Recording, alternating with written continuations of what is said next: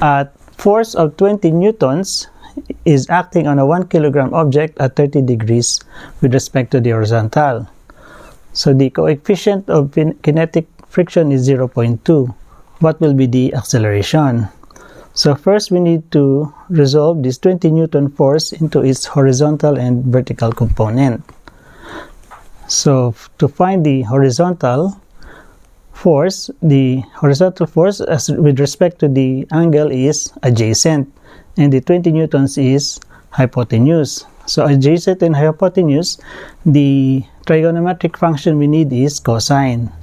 So cosine 30 is equal to the adjacent, which is fx, over the hypotenuse, which is 20 newtons. So multiplying 20 newtons on both sides of the equation, we have 20 newtons times cosine 30 is equal to fx. Cosine 30 is equal to 0.866. Multiplied to 20 newtons, it is 17.32 newtons. Now the vertical component as compared to the angle is opposite. And the force, the 20 Newton force, is the hypotenuse. So the trigonometric function we need is sine. So sine 30 is equal to opposite, which is Fy, divided by the hypotenuse, 20 newtons. So 20 newtons multiplied to both sides is 20 newtons times sine 30 is equal to Fy. Sine 30 is equal to 0.5 multiplied to 20 newtons is 10 newtons. Now the force diagram we have is, now the 20 newtons is resolved into its horizontal and vertical forces.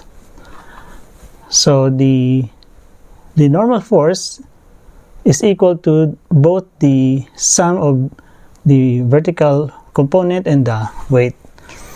So let's first compute for the weight. Weight is equal to mass times the acceleration due to gravity. So the mass is 1 kilogram times 9.8 meters per second squared. So the weight is 9.8 kilogram meters per second squared, or 9.8 newtons. Now the normal force will be equal to the vertical force plus the weight. So the vertical component of force is 10 newtons. So plus the weight, which is 9.8 newtons. So 10 plus 9.8 is 19.8 newtons. So this is the force normal to the sliding surface, or perpendicular to the sliding surface. So the force of friction is equal to the normal force times the coefficient of friction.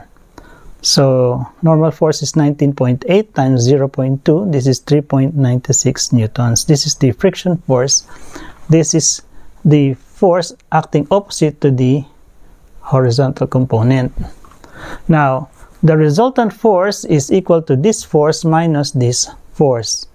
So resultant force is 17.32 newtons minus the frictional force 3.96 newtons. So the resultant force is 13.36 newtons. Now we have the resultant force, we have the mass of the object. We can now compute for the acceleration.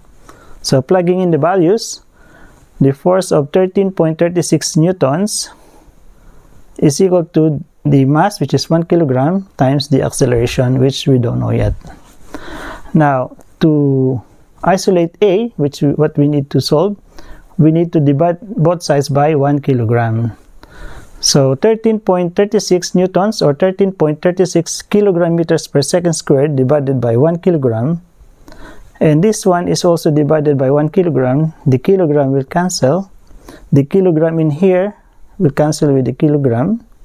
So what we have for our acceleration is 13.36 meters per second squared.